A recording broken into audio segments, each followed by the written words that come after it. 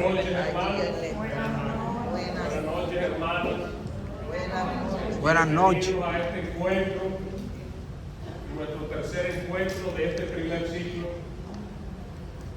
con nuestro querido Padre Mazo.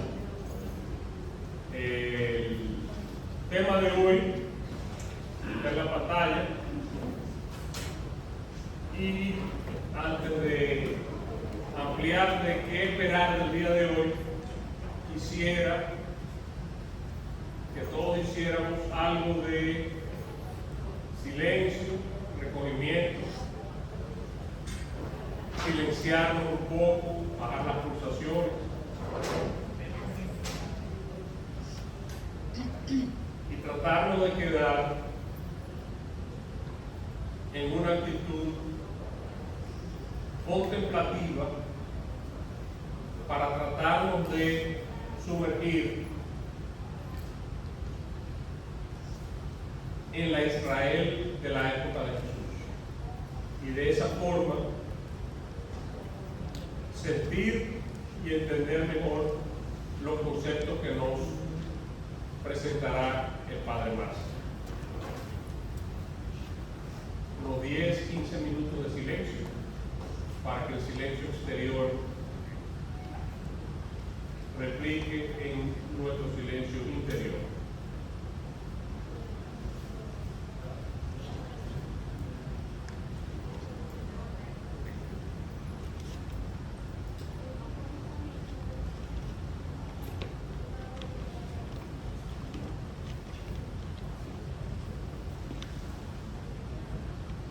Señor Jesús, nueva vez nos hacemos presente aquí para alabarte, reverenciarte, servirte y conocerte.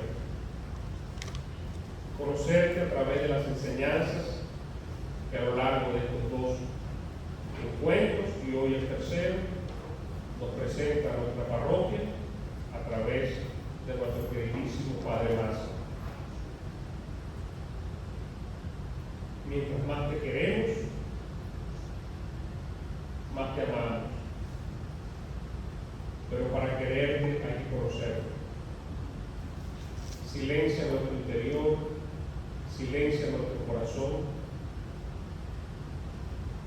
que tu espíritu se encargue de cargar con todas nuestras inquietudes, pesares, preocupaciones que venimos arrastrando,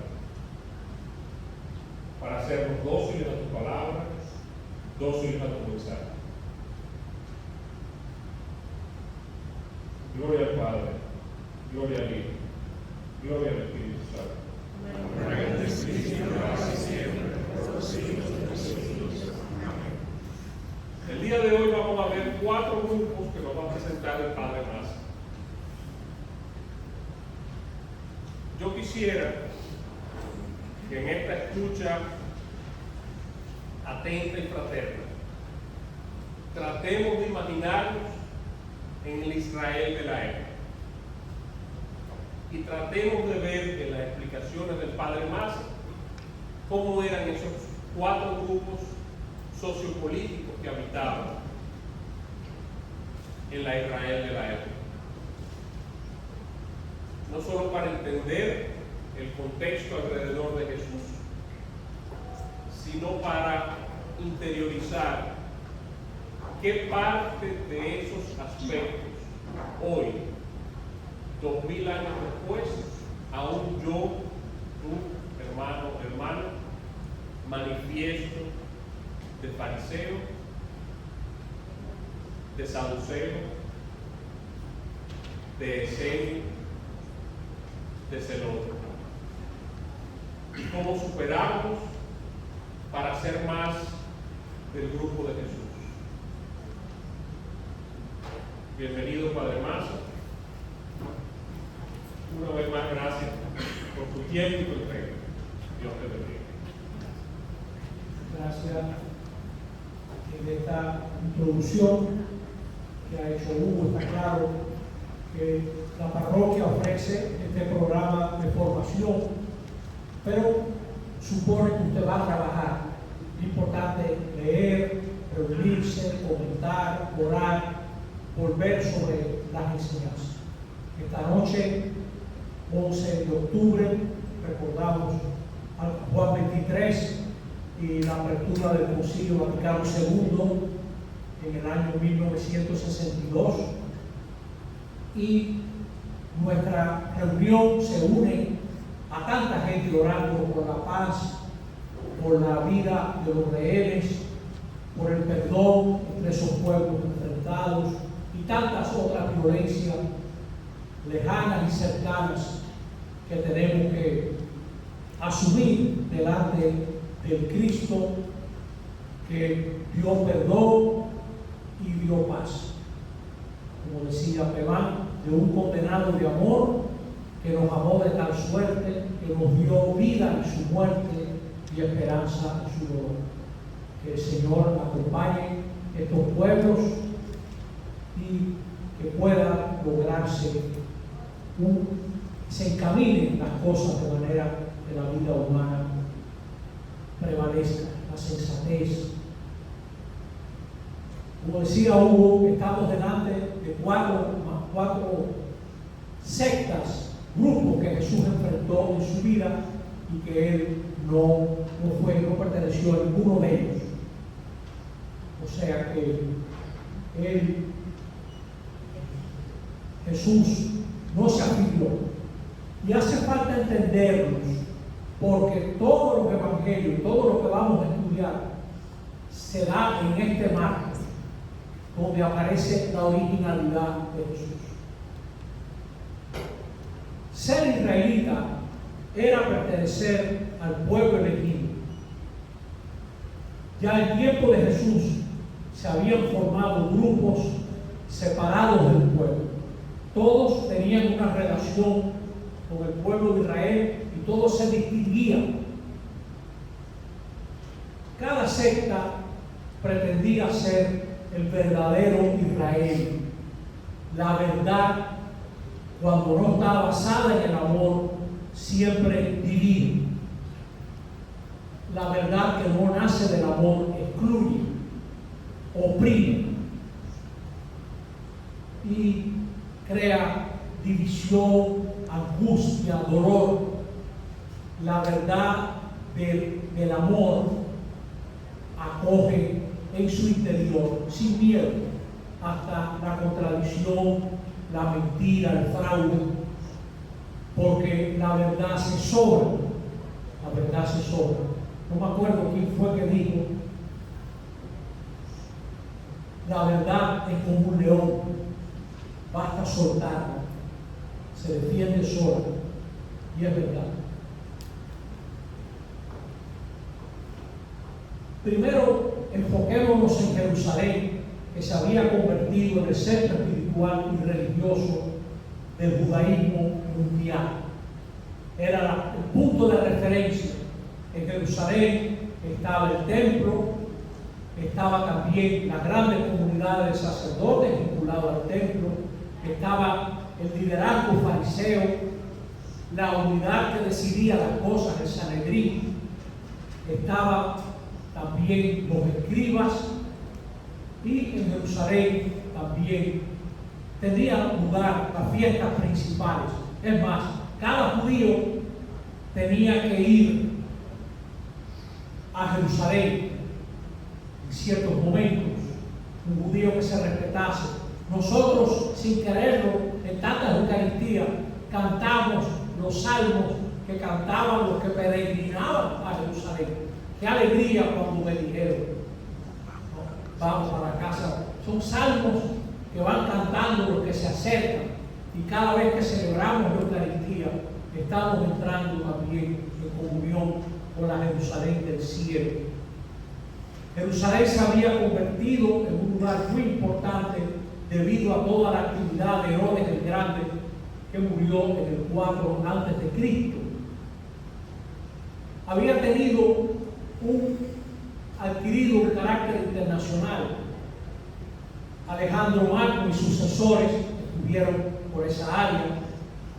Los sucesores de Alejandro Magno que dividieron el imperio, primero gobernaron Jerusalén y la Palestina desde Egipto, los lagidas y luego los seleucidas desde Siria. Uno de ellos, Antíoco IV Epífanes, es el rey contra quien luchan los macabeos, siglo y medio antes de Cristo. Los límites respecto de los que estaban fuera eran bastante difusos, pero Jerusalén era una referencia muy importante. Jesús murió en Jerusalén. Todo el Evangelio de Lucas está escrito de manera que usted vea a Jesús subiendo a Jerusalén. Y en Jerusalén, el lugar central es el templo. El único lugar donde se podían ofrecer sacrificios válidos era la gran preferencia cuando Esdras y Nehemías, en tiempo de la dominación persa, logran reconstruir el templo. Le han dado una gran referencia al pueblo, pero el que reconstruyó verdaderamente el templo fue Herodes. Herodes el Grande ocupó muchísimos hombres construyendo ese templo. El templo era respetado por todos, los esenios no lo respetaban, ya veremos por qué. Era el lugar de la expiación, es decir, donde se pide el perdón por los pecados y se pide que Dios destruya la maldad del pecado. Y mediante ese culto se lograba la pureza y la santidad. La pureza y la santidad. Para alguna gente, el culto mismo daba pureza y santidad. Eso tiene de bueno que el que trata con el Señor se transforma, pero tiene de malo que el que trata con el Señor tiene que tener la actitud del Señor. No puede ser usar al Señor para yo hacer lo que quiero, hacer al Señor, usar al Señor para yo hacer lo que deseo. Ese es un punto falso. En el Evangelio Jesús dirá: Dios quiere adoradores en espíritu y en verdad. Cuando discute con la samaritana que tenían ese pleito, si había que adorar en Jerusalén o en el Garizim, Jesús se sale de esa disyuntiva y le dice: no, en espíritu y en verdad. Tremenda palabra que relativiza el culto del templo. Casi Jesús lo que nos está diciendo es que la seriedad viene del espíritu que Dios nos da, del interior nuestro donde encontramos a Dios, y de la verdad que realizamos. La verdad es algo que se realiza, se va realizando.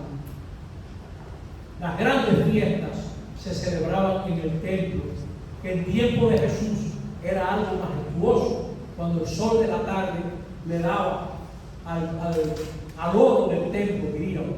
Hay momentos en los evangelios donde los discípulos le piden a Jesús que contemple la majestad de ese templo.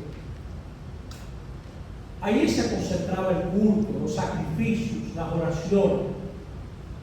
En las sinagogas dispersas por el país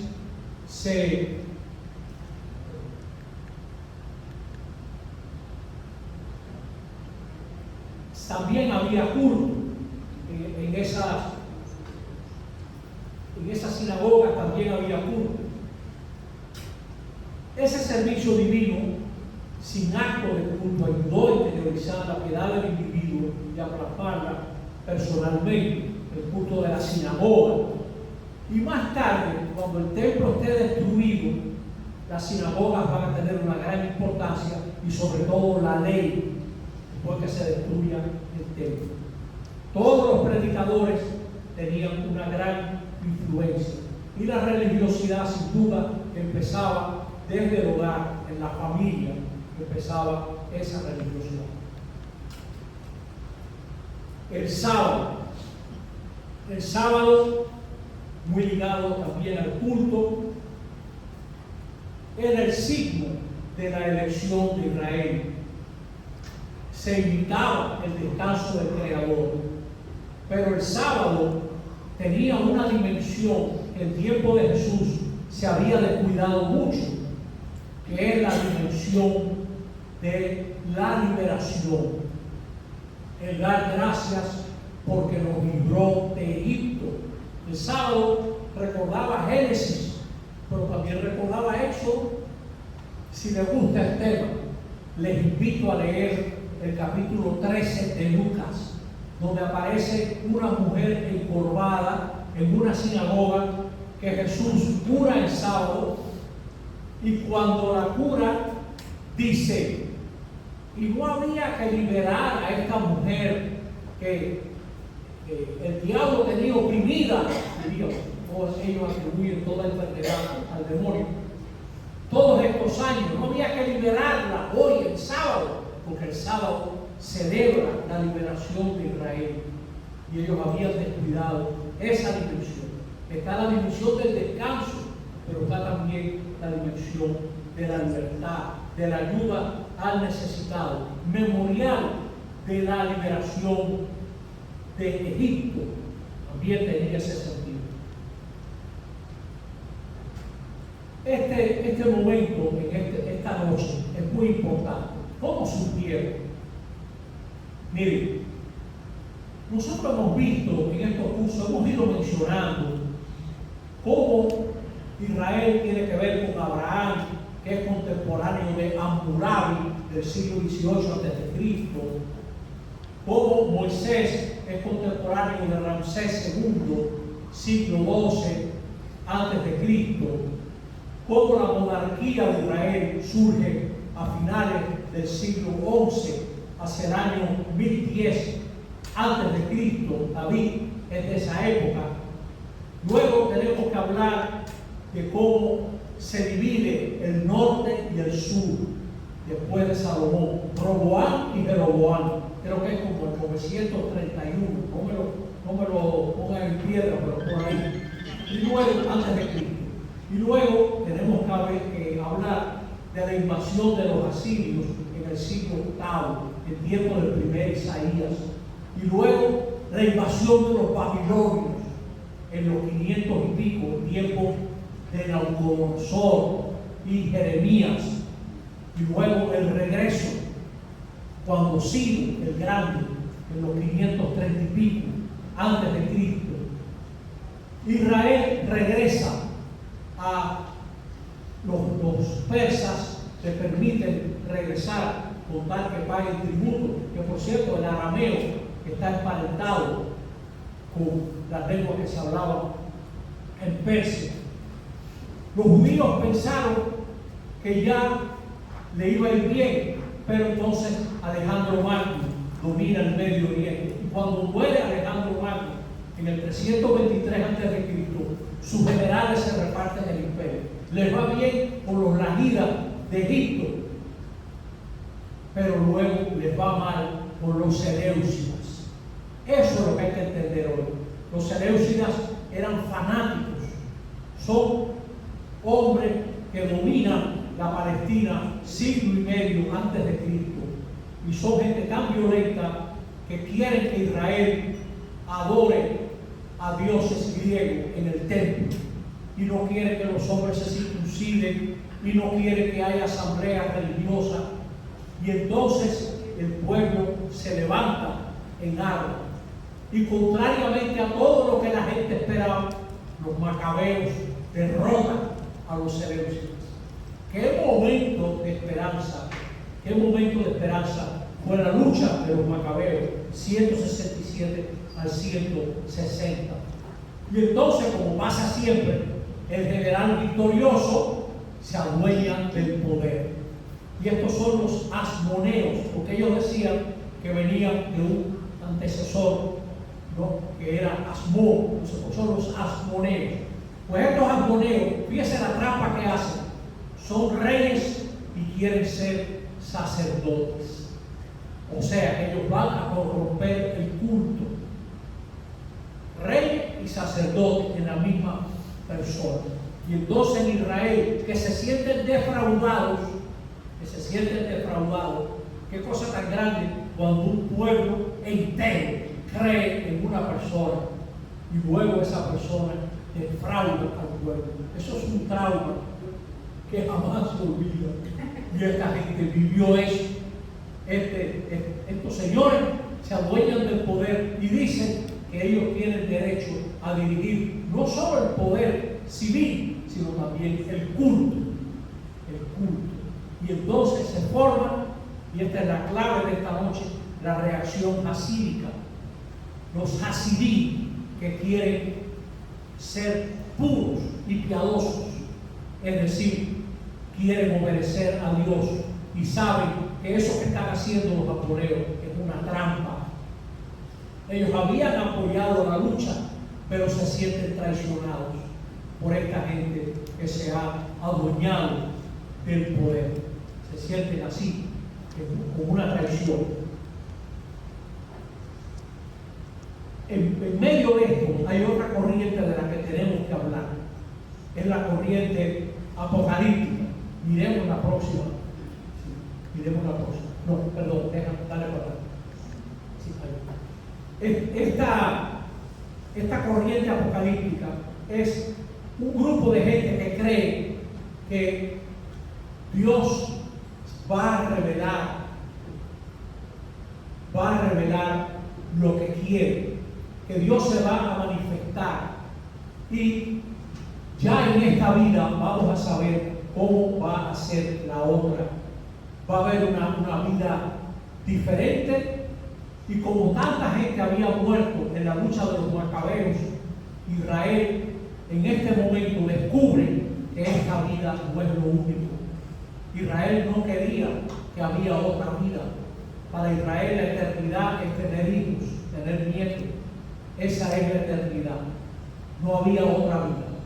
Pero empiezan entonces a creer que no es verdad que Dios va a dejar en la muerte a esa gente que murió luchando por Israel. Habrá un juicio individual a cada uno según sus obras y habrá una transformación. Se empezaba a vislumbrar el más allá. Ahora mismo se está mirando al fin de la historia, pero ya desde ahora hay gente que sabe de qué lado se va a mirar la historia, de qué lado va a aparecer lo que Dios quiere. Existía una nueva perspectiva histórica respecto del final de la historia. Tal vez sea por influencia de los iraníes. Se está enfrentando el problema de la injusticia y se tenía una extensa perspectiva de la historia pasada contemplada desde el fin. Vamos a hacer un alto para leer un pedacito del libro de Daniel.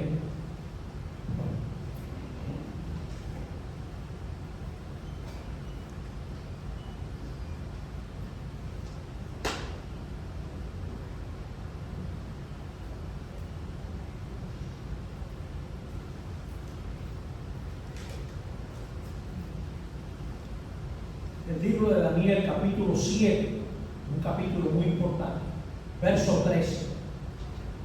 El vidente está viendo una serie de visiones y al final dice: vi venir de las nubes del cielo una figura humana, en algunas Biblias, como un hijo de hombre, que se acercó al anciano y fue presentada ante él. Le dieron poder real y dominio. Todos los pueblos, naciones y lenguas lo respetarán. Su dominio es eterno y no pasa, y su reino no tendrá fin. Ahora ustedes entienden por qué es tan importante cuando el ángel le habla a María, como que no quede la cosa, le dice, y su reino no tendrá fin. Un judío se la lleva enseguida, que ese que va a nacer es el Hijo del Hombre, que ese que va a nacer es el que aclara toda la historia, y toda la historia se decide en contra o a favor de ese hijo, de esta mujer. Todo va a depender de la intervención de Dios. que es esperada para un futuro próximo, porque la maldad del mundo ha estado aumentando. Esta corriente esperaba una gran intervención de Dios, había una gran expectativa en esta corriente. O sea que la historia está cargada de esa tensión que espera que va a pasar algo. O sea que ellos piensan que Dios va a venir a juzgar. Vendrá un hijo del hombre, un ser celestial que aguarda oculto. La apocalíptica comprende a un resto de Israel. Ese grupo posee conocimientos que se refieren a las últimas cosas. La persona posee libertad y responsabilidad para obedecer la ley, pero también están atadas a situaciones perniciosas. Ya en tiempo de Jesús no había estos conventículos asideos apocalípticos, pero de este movimiento procede la mayoría de los grupos religiosos, que los miraremos ahora en detalle. Déjeme explicar esta palabrita. Había grupitos que esperaban la gran manifestación de Dios, eran apocalípticos y eran asideos porque eran parte de la reacción pacífica de los que decían: los ammoneos han corrompido el culto porque quieren ser reyes y sumos sacerdotes, y nosotros no aceptamos ese culto. O sea que va a haber grupos en Israel que van a rechazar el culto en manos de estas personas. El primer grupo que estudiamos esta noche es el grupo de los esenios.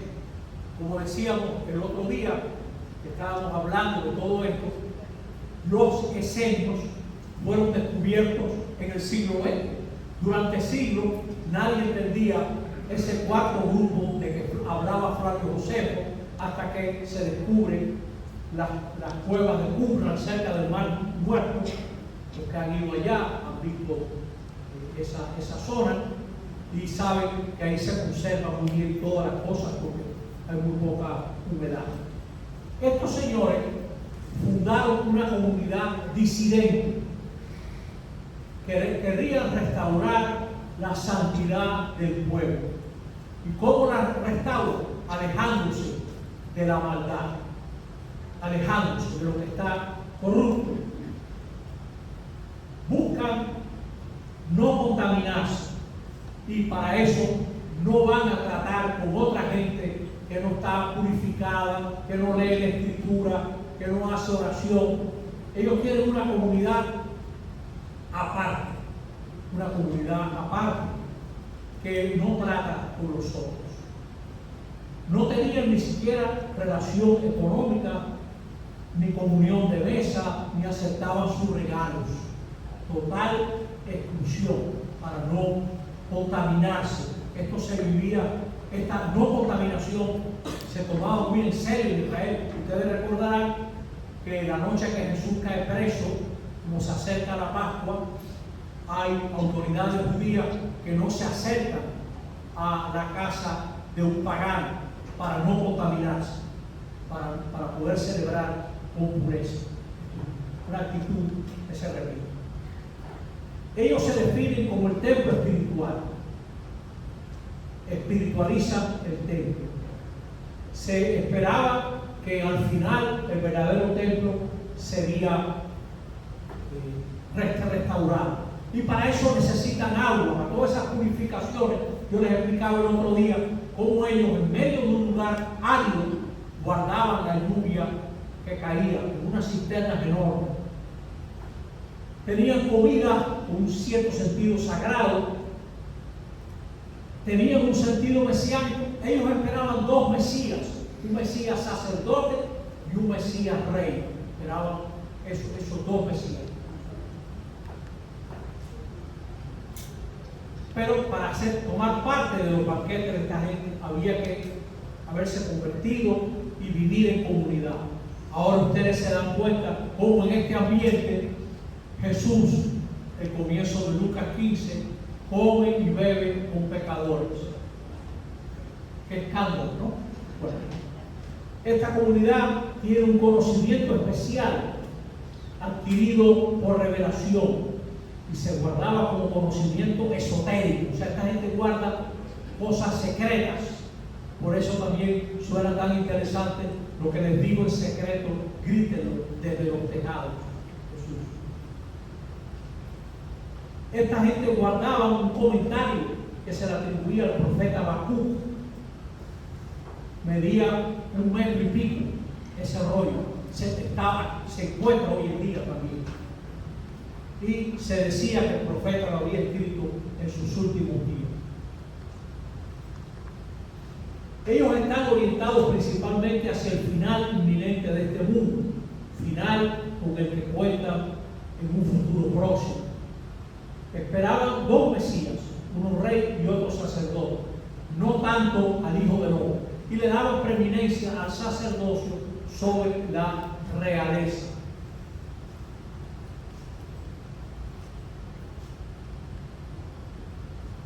Bueno, hemos visto este grupo de los esenios. Se dan cuenta cómo son los más distantes del texto. Los fariseos también son disidentes, pero los fariseos se centran alrededor de la ley. De nuevo, ellos son los segregados, los perusinos. Jesús recoge la actitud de los fariseos en el Evangelio de Lucas, en ese pasaje donde hay un fariseo y un publicano, y el fariseo dice: te doy gracias que yo no soy como ese que está allá atrás. Esa es la típica actitud del fariseo. O si este hombre fuera profeta, sabía qué clase de mujer lo está tocando, por ejemplo. Hay un pasaje muy bonito en el Evangelio de Juan, en el capítulo 7, donde unos guardias que iban a prender a Jesús, mandados por los fariseos y los sumos sacerdotes, cuando regresan y le preguntan ¿cómo no lo trajeron? Dice: pero nadie ha hablado como este hombre, nadie habla como este hombre. Entonces dicen las autoridades: ustedes también se han dejado embaucar. Esa gente son unos malditos, los que los siguen son unos malditos, es decir, son gente que no conoce la ley, y como no la conoce, no la puede cumplir. Esa es la crítica que le hacen.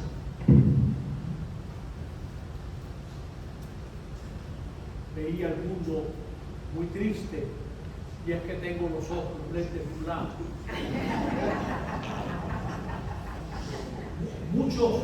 Muchos de estos señores vivían en las aldeas y seguían asistiendo al templo.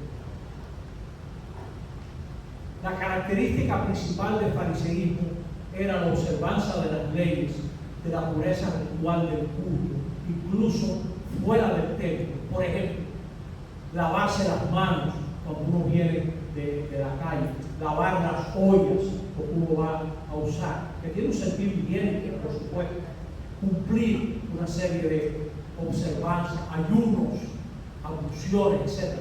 Ellos dan mucha importancia a toda esa serie de normas. Y ellos también observaban la tradición, no solamente la letra de la ley, sino lo que se había ido comentando. Por ejemplo, en las tradiciones de Israel está también la fe en otra vida. Los fariseos creían que había otra vida, que había ángeles, etc., ¿no? Y sobre todo otra vida, la resurrección. Ellos son muy fieles a creer en eso. Y dentro del fariseísmo había varias escuelas. Ellos también tienen esa competencia entre ellos, entre los fariseos. Y se conocen la ley y saben. Cuando Jesús le pregunta ¿cuál es el mandamiento más importante?, le están tirando un buscapié terrible, porque había cientos de mandamientos. O sea, muchísimos mandamientos. Y Jesús responde con dos. ¿No? ¿Cuál es el mandamiento más importante? Responde con dos. Eso es muy interesante. No puede hablar de Dios sin hablar del prójimo. No puede hablar del prójimo sin hablar de Dios. Creían en la cooperación humana, en la salvación, en el destino, en la razón humana. Creían en la continuidad del hombre después de la muerte. Hay un momento que Pablo se ve amenazado por un grupo de judíos, pero sabe que entre ellos hay saduceos y fariseos. Y él grita: yo soy fariseo. Dice él, claro, porque entonces los fariseos lo iban a apoyar contra nosotros, y ahí no intervienen los romanos. Ellos eran medio escépticos respecto de la cercanía del tiempo mesiánico, porque se habían desengañado muchas veces, y creían en un juicio final, que cada cual según sus obras. Sí, creían en eso, sí, sí.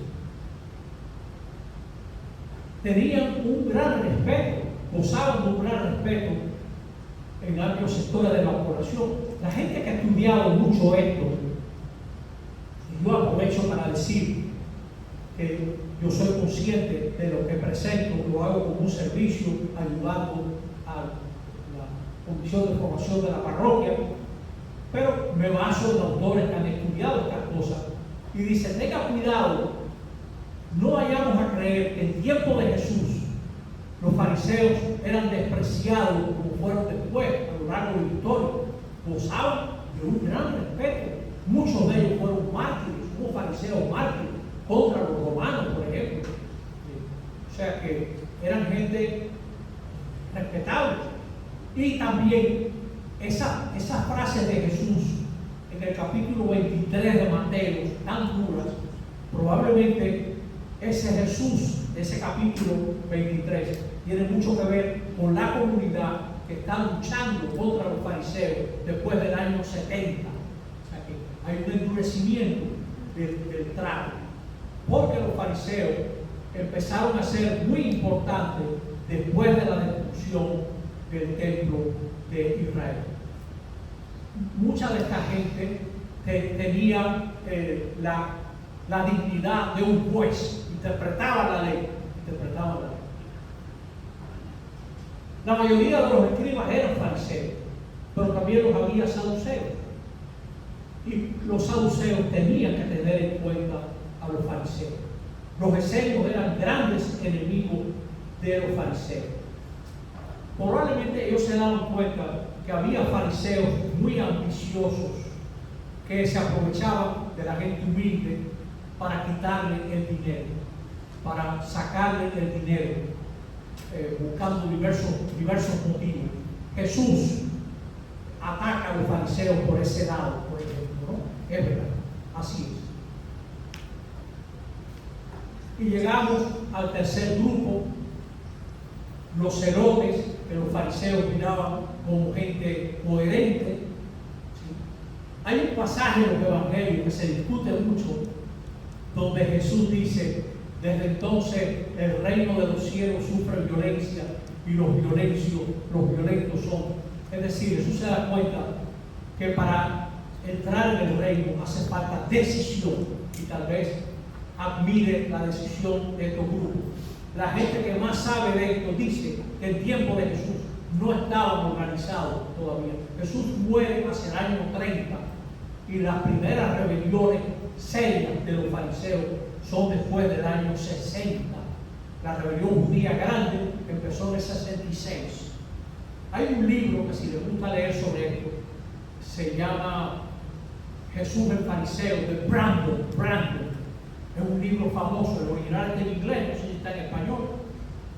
Hoy en día, la tesis de Brandon de que Jesús pudo haber sido un celote, Jesús el celote, no se acepta, ¿no? Puede ser que estén cerca de interpretaciones radicales de la ley, pero sí sabemos de cierto que ellos se opusieron a censos romanos más tarde de la vida de Jesús, que trataban de ubicar a la gente para cobrarle dinero. Toda la administración romana era muy exigente respecto a los tributos. En tiempo, hacia el año 6, hubo una rebelión muy famosa de una gente que se rebeló contra un censo. Por eso fracasó. Invocaban a Dios como nuestro único Señor. Pinhas era su héroe, porque se pone en la brecha para impedir la derrota de Israel, miraban la guerra como algo santo, como el camino para agradar a Dios. Es verdad que tenía un carácter de revolución social, los pobres volverían a ser tenidos en cuenta, renunciaban a sus bienes, sea lo que sea. Estos señores logran convencer a los fariseos, a algunos sacerdotes y a gran parte del pueblo que hay que pelear contra Roma. Y de tal manera pelearon que Roma no logró suprimir esta rebelión. Empieza en el 66, dura el 67, 68, 69, 70. Y fue tan terrible que los romanos tuvieron que traer tropas del Asia Menor y no funcionó, de la península balcánica y no funcionó. Y tiene que venir Vespasiano, que era un general que estaba más allá de Grecia, que lo va a hacer también, que va a ser emperador. Vespasiano va a llegar a ser emperador. Y sus dos hijos, Tito y Claudio, fueron emperadores también. Vespasiano funda la dinastía Flavia. Por eso Flavio Josefo es Flavio Josefo, porque Vespasiano le perdonó la vida y en el agradecimiento se puso su nombre. O sea que ellos lograron captar la popularidad, la adhesión del pueblo y lanzaron al pueblo a la guerra. Los evangelios están escritos después de la destrucción del templo de Jerusalén, después del año 70 probablemente. Los primeros días de la guerra contra Roma hay alianza entre esenios y celotes. Y se habla de un Simón el Celota como discípulo de Jesús. Pero hoy en día hay gente que dice que probablemente lo que sea es que era cananeo, puede ser, fuera. Y llegamos a este grupo de los saduceos. Hemos hablado de los esenios, de los fariseos, de los celotes. Los saduceos se presentan como sin distinción al lado de los fariseos, pero eran muy distintos. Ya veremos por qué. La extracción social de este grupo era un grupo rico, familias acomodadas, terratenientes, eran toda una aristocracia, una gran aristocracia. Los sumos sacerdotes de los últimos 70 años provenían de este grupo. Al principio ellos tuvieron sus problemas con Herodes, pero ellos no tenían problema en colaborar con los romanos. Por eso van a ganar bastante poder, porque no hay dificultad en cooperar con el extranjero.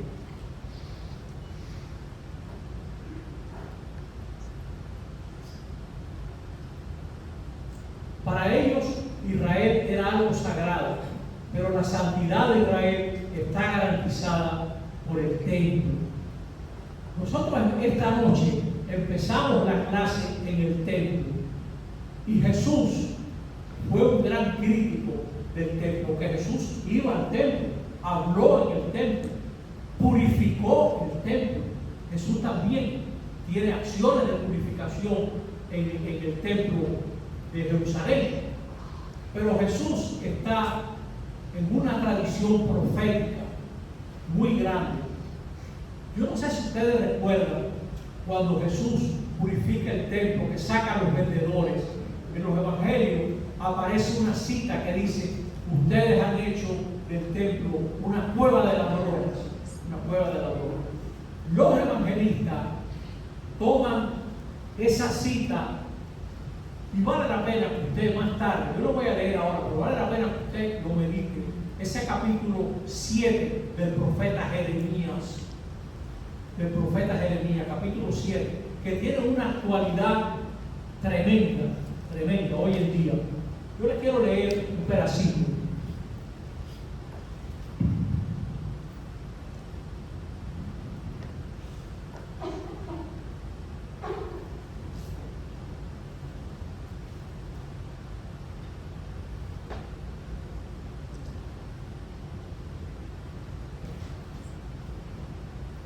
del profeta Jeremías. A Jeremías le llegó esta palabra de Yahvé: párate en la puerta de la casa de Yahvé, en el templo, y publica allí estas palabras: escuchen, hombres de Judá, que entran por esta puerta a adorar a Yahvé. Así habla Yahvé, Dios de Israel: mejoren su proceder y sus obras, y yo me quedaré con ustedes en este lugar. Yo me quedaré con ustedes en este lugar. El problema de la presencia de Dios: ¿dónde está Dios? ¿Dónde está Dios? Y el problema, si es una presencia estática o es una presencia dinámica, que el que adora lo pone en su movimiento, lo pone en movimiento. Bueno, no confíen en palabras mentirosas como esta: miren el templo de Yahvé, aquí está el templo de Yahvé, este es el templo de Yahvé. Más bien, mejoren su proceder y sus obras y hagan justicia a todos. Dejen de oprimir al extranjero, al huérfano y a la viuda. No manchen este lugar con sangre de gente asesinada. No vayan en pos de otros dioses, para desgracia de ustedes. Yo entonces los mantendré en este lugar, en el país que di a sus padres desde hace tiempo y para siempre. Pero ustedes se fían de palabras engañosas, inútiles. Ustedes roban, matan, toman la esposa del prójimo, juran en falso, u ofrecen sacrificios a otros dioses que no son de ustedes. Y luego vienen a presentarse ante mí en este templo que lleva mi nombre y dicen: aquí estamos seguros después de cometer tantas maldades. ¿Será un refugio de ladrones esta casa mía sobre la cual descansa mi nombre? Ahora se entiende mejor, ¿verdad? Esa palabra de Jesús, cómo Jesús está mostrando el verdadero culto que Dios quiere, que no tiene nada que ver con esconder la injusticia, no tiene nada que ver con esconder la maldad, sino al contrario, tiene tanto que ver con practicar el bien. No sé si ustedes también recuerdan cuando Jesús en el Sermón del Monte dice: si estando en el templo te acuerdas que tu hermano tiene algo contra ti, vas a presentar, deja tu ofrenda, ve a buscar al hermano. Qué cosa tremenda. O sea, relativiza el culto, relativiza. Es como si Jesús dijera: usted quiere agradar a Dios, trate bien al hermano, trate bien a la otra persona. Una visión completamente escandalosa, porque hoy en día una persona piadosa es la que da culto a Dios, pero en realidad una persona piadosa es la persona que trata bien a su hermano. Esa es la verdadera piedad de Dios, la que agrada a Dios. Bueno, seguimos. Eran conservadores. Ellos no, por ejemplo, esto de la vida eterna no les buscaban. Ellos nada más aceptaban los 5 primeros libros de la Biblia, el Pentateuco. No creían en una vida después de la muerte. Por eso se ríen de Jesús con el cuento ese de un hombre que se casó y luego se casó. Pero esta mujer se va a casar con uno, con el otro, con el otro. ¿De quién será en la otra vida? Lo están queriendo poner en ridículo, ¿no? Ellos no creen que haya más nada. Seguimos. Para los saduceos, según Josefo,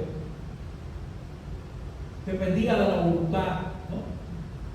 de cada uno, diríamos, ¿no? Josefo los presenta como una especie de epicúreos, de filósofos epicúreos. Los esenios lo veían como corruptores del culto y del templo, y por eso se habían separado de ellos. Qumran los miraba como los obcecados hijos de las tinieblas.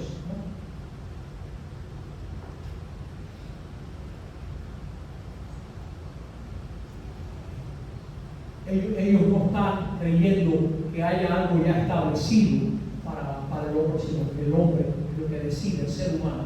Seguimos.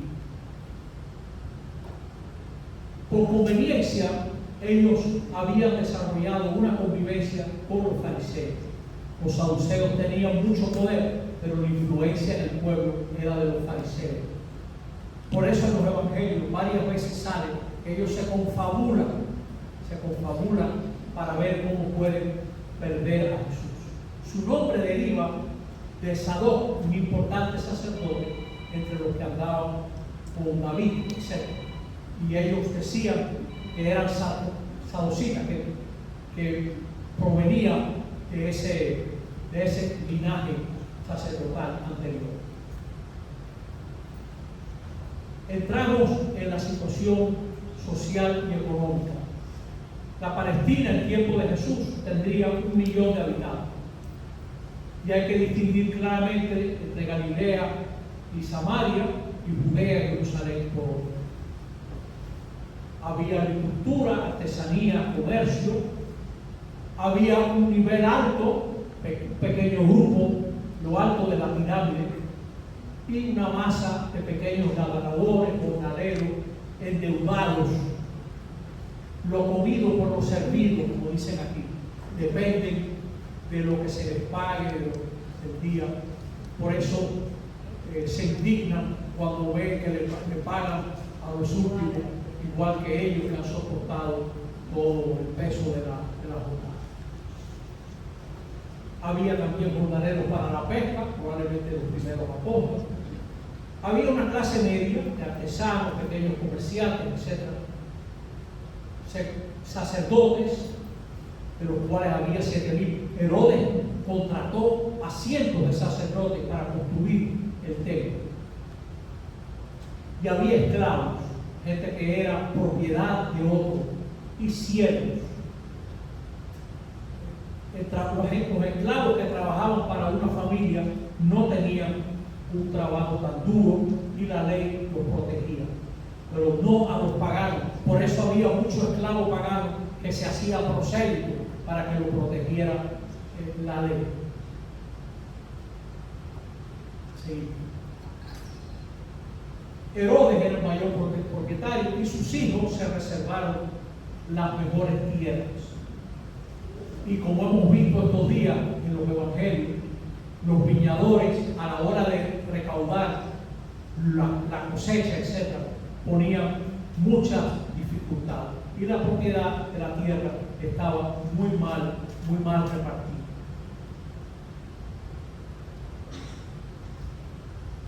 Había modelos de renta, por ejemplo, 1% de la cosecha, y la economía de la casa se refleja en algunas parábolas, la mujer que hace un pan, etc. Había también grandes latifundios que exportaban aceite, vino, aceitunas, cereales, también había, no eran lo corriente, pero que existían en tiempo de Jesús. Adelante. El transporte se llevaba a cabo por una vía, la vía Maris, muy cerca del mar Mediterráneo, y Herodes Antipas más tarde construyó el puerto de Cesarea. En Jerusalén había mercados de cereales, de ganado, de frutos, de esclavos, y en el arco exterior del templo había toda una feria debido a la preparación de la Pascua, donde se ofrecían muchos sacrificios y había que tener esos animales disponibles para todo eso. Las ganancias iban a parar a los ricos. Miren, eso no es ningún misterio. ¿Qué duda cabe que nuestra sociedad ha progresado? Ahora pregúntese, ¿quién ha podido captar el progreso? Hay que estar capacitado para usted captar progreso. Si usted no sabe nada, usted no capta nada. Si usted no tiene una formación, una capacitación, usted no va a captar mucho. Había de vez en cuando hambrunas, como una en la que Herodes ayudó mucho, y rara vez era un motivo de alegría para la gente. El hijo mayor era el único que heredaba. Y había obras importantes, cuando se fueron reconstruyendo, el mismo templo más tarde volvió nuevas obras, se quedaban sin trabajo miles de personas cuando se paraba una gran obra de esas. ¿Quiénes fueron los seguidores de Jesús? mucha gente pobre, mucha gente humilde, que muchos no sabrían leer, ¿no? Esa gente pues siguió a Jesús con mucha esperanza, con mucha adhesión. Ahí tenemos el ciego Bartimeo, por ejemplo, a quien Jesús cura. Ve en Jesús un motivo de esperanza. Había muchos impuestos, impuesto del templo. Había tantos impuestos que la gente que tenía que cobrar los impuestos los arrendaba a cobradores de impuestos que pagaban y sacaban lo suyo. Por eso tienen tan mala fama por publicar.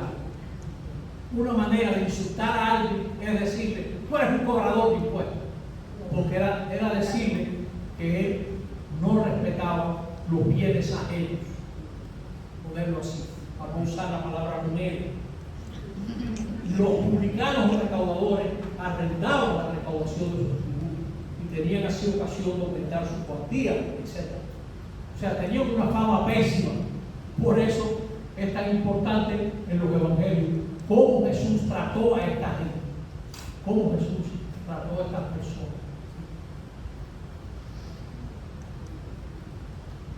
Los romanos consideraban las provincias conquistadas como algo que había que exprimir.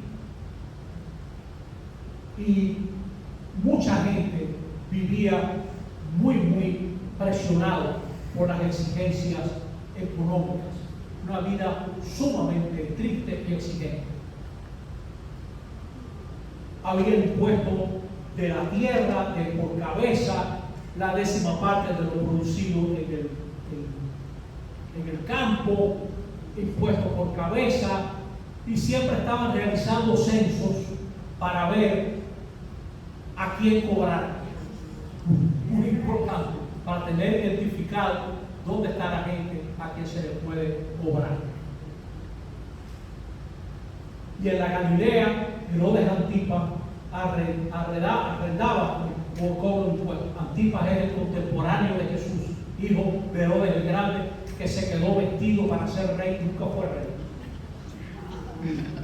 La gente que cobraba en Galilea eran más que simples recaudadores, eran verdaderos exactores de impuestos. Son gente que visitaba la cosecha. Mira, págame, aquí hay tanto, me tienen que pagar tanto, ¿no?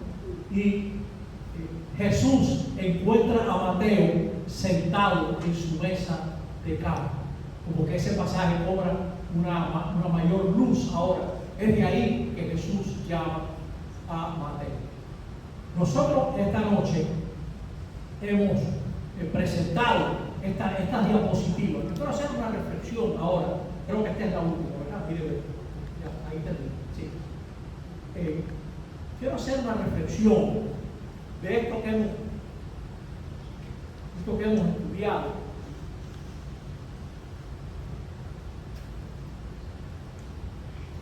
Ustedes se dan cuenta cómo estas sectas,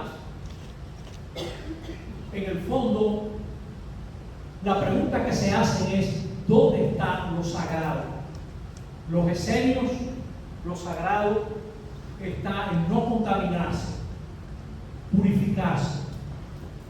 Los fariseos, lo sagrado está en la ley. Los celotes, en la violencia que rechaza al invasor. Los saduceos, en el templo. Pero no es difícil ver que todas estas respuestas se cantan y se lloran. Son ellos mismos, sus ideas, las que están en juego aquí. Son ellos mismos que se erigen en criterio. Para Jesús, lo sagrado va a estar en la otra persona, en el otro ser humano. Ahí está lo sagrado.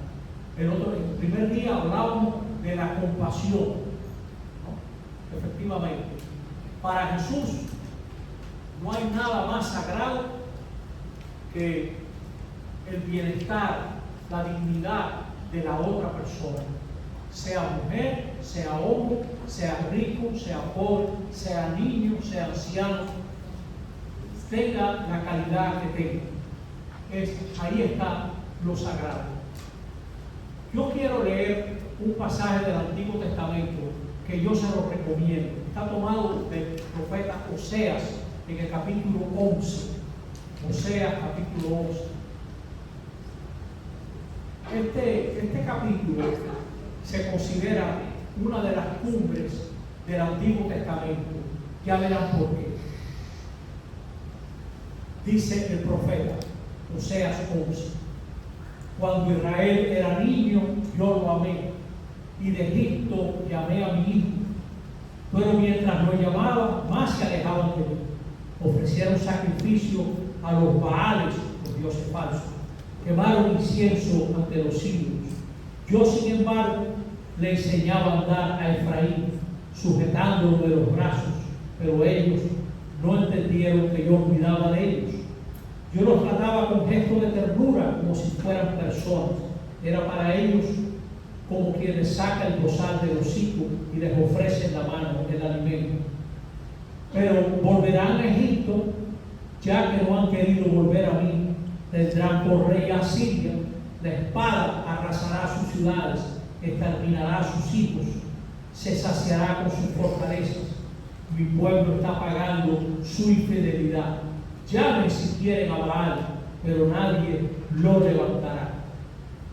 Y ahora, de pronto, oigan este texto. ¿Cómo voy a dejarte abandonado, Efraín? ¿Cómo no te voy a rescatar, Israel? ¿Será posible que te abandone como a Atma? ¿O que te trate igual que a Seboín, dos ciudades destruidas? Mi corazón se conmueve y se remueven mis entrañas.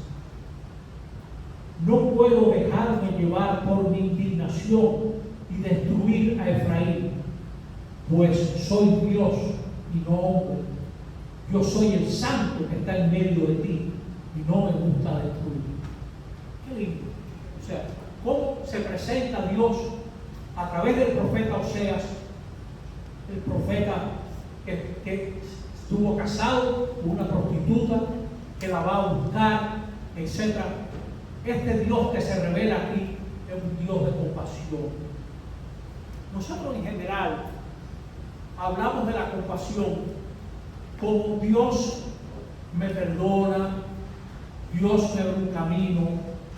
No estamos habituados a pensar en la compasión como que Dios padece conmigo mi maldad. No estamos habituados a decir, el Señor abraza mi maldad para destruirla en carne propia. Esa es la verdadera compasión de Dios. No es solo que me da un perdón, es que me transforma. La compasión de Dios nos transforma. Como veremos en Jesús, se revela la compasión de Dios. Todas estas sectas olvidaron la alianza. Dios quiso una alianza con su pueblo. Y la ley es el camino de la alianza. Pero cuando no hay alianza, la ley se vuelve una carga. Y la gente la cumple por voluntarismo, pero no por amor. Déjenme poner un ejemplo. Se casan los dos muchachos, se están enamorados, viven juntos, se quieren mucho, tienen sus hijos, y ahora hay que llevar a la hija al colegio, y va, él la lleva, ella la recoge, se van llevando. Hay que hacer la compra, él hace compra, ella lava. La ley, se van repartiendo los trabajos. Pero desde que la relación sufre, viene el te toca a ti, me toca a mí. Porque no hay alianza, no hay alianza. La alianza es la que da sentido a la ley. Es decir, la relación es la clave. Dios es relación, comunión, Padre, Hijo, Espíritu Santo. Y siempre que me santifico, entro en esa relación. Y mi vida entra en esa relación. Para que esa relación entre en mi vida y me cambie. Y yo le puedo ofrecer esa relación a los demás. No mi pobre corazón, sino el amor de Dios a través de mi vida. Yo lo puedo ofrecer. La compasión. Y cómo la verdadera alianza genera responsabilidad, se genera sentirse concernido por lo que está pasando y saber lo que está pasando, porque no estamos aquí para desentendernos de los demás, no estamos aquí para ser puros, no estamos aquí para imponer nuestra guerra, no estamos aquí para dar un culto vacío, estamos aquí para hacer un proyecto de Dios. Cuando nos reunamos en algún momento de enero del año que viene, todavía quedan 3 reuniones aquí este año, cuando nos reunamos el año que viene, tenemos que hablar del proyecto de Jesús, del reino, el proyecto que anunció Jesús, ¿no? Y ver cómo Él lo fue anunciando. Pero ahora, ya esta noche, nos damos cuenta que estos señores, esenios, saduceos, fariseos, celotes, rechazaron la alianza. En el fondo creían en ellos, pero no en Dios. En el fondo estaban totalmente captados por lo que ellos podían llevar a cabo. Y no descubrieron que la salvación es como un hombre que dio un banquete y nos invitó. Y hay que ir. Lo vamos a leer pronto en la escritura que celebramos en la misa de los domingos. Cómo Jesús habla del reino y de la salvación como un hombre dio un banquete y nos invitó. Porque esa es la alianza que Dios establece. Y así nosotros esta noche nos hemos adentrado un poco en el contexto judío de Jesús para darnos cuenta de su originalidad, que no fue ninguna de estas 4 cosas que hemos visto. Y ahora en este rato, recordando, pues puedo decir que la próxima reunión va a ser en la iglesia. La próxima reunión la vamos a hacer en la iglesia y así lo borran. Y ahora, si tienen alguna pregunta, pasamos el micrófono, ¿verdad? Y escuchamos. Creo que aquí hay otro micrófono.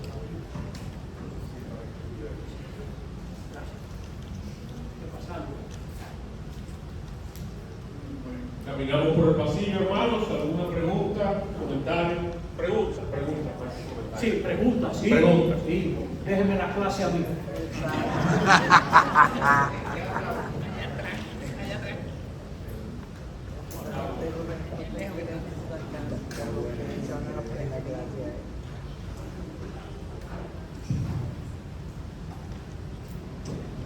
Buenas noches, Padre. Buenas noches. Para predicar en las sinagogas, como Jesús lo hacía, no había que pertenecer a algún grupo, ya sea fariseo o saduceo.